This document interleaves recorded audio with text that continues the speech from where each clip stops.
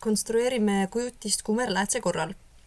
See lilla on siin kumerlääts, see nool on see, mida me näeme nii-öelda, ja siis nüüd vaatame, kuidas see kujutis siit läätsest läbi tulles, kuhu ta siis tekib. Nüüd, esimene asi on see, et siin on 3 põhimõtteliselt kiirt, mis me saame teha, ja neist tuleb vähemalt 2 kasutada. Aga ma näitan kõik 3 ette ja siis saad ise vastavalt olukorrale valida, millist sa saad kasutada.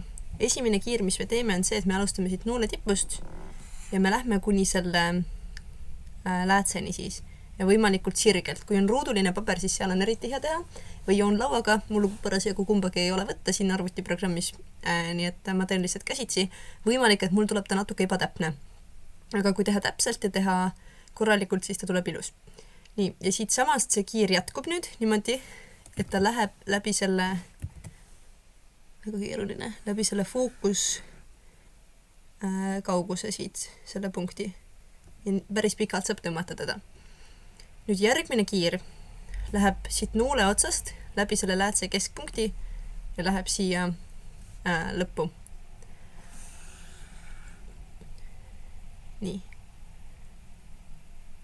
Ja nüüd põhimõtteliselt saabki juba tõmmata selle kujutise nii-öelda, mis tekkis põhimõtteliselt siia.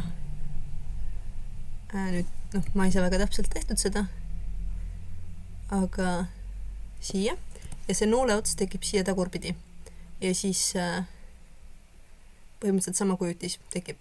Kuna ta tekkis teisele poole seda telge, siis ta on tagurpidi. Aga üks joon, mida veel saab teha, on see, et võtta läbi siis